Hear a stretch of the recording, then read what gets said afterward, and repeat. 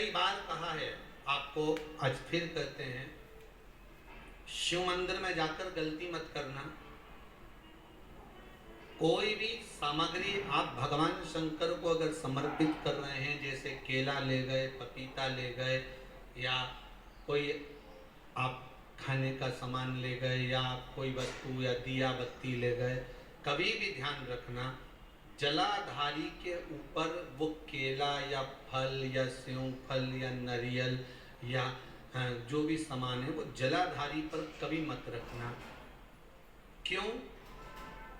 जलाधारी पर अगर हम कोई फल वगैरह वस्तु रखते हैं तो हमारे ऊपर भार बनता है।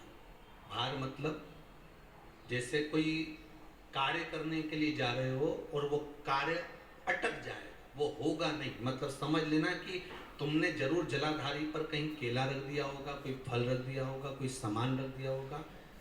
जलाधारी पर केवल पूजन का सामान है। आप स्नान करा रहे हो, जलाधारी पर डालिए। आप कुंकू लगा रहे हो, चंदन लगा रहे हो, अबीर लगा रहे हो, गुलाल लगा रहे हो, आप जलाधारी पर लगाइए। फूल चढ़ा रहे हो, बेलपत्री चढ़ा रहे हो, आप जलाधारी पर लगाइए। शिव पर चढ़ाओ, बाकी माँ जगत जननी का जो स्थान है वहां चढ़ाओ।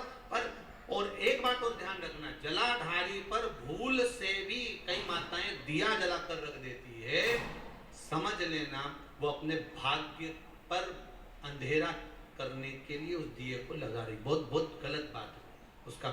उसका वर्णन शिव महापुराण में बहुत, लिंग पुराण के अंतर्गत, नर्मदा पुराण के अंतर्गत और महाराज गर्ग संहिता के अंतर्गत बहुत सी चीजें ऐसी दी गई हैं, जिसके स्कंद पुराण के अंतर्गत भी वर्णन आता है कि अगर नारी दिया लगाना है तो दूर रखे। वो जलाधारी जो है ना, जिसमें पानी बहता है, उसके ऊपर जला हुआ दिया मत रख देना। क्यों?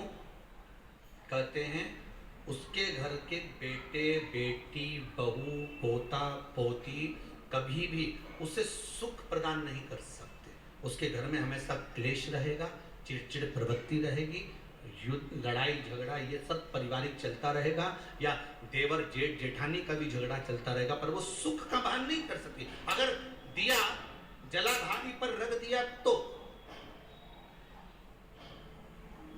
वैसे तो आप सब समझदार हो, आप लोग तो ये गलती नहीं कर सकते होगे, वो तो हम सियोर वालों के लिए कह रहे हैं, हम तो ये गलती नहीं कर रहे।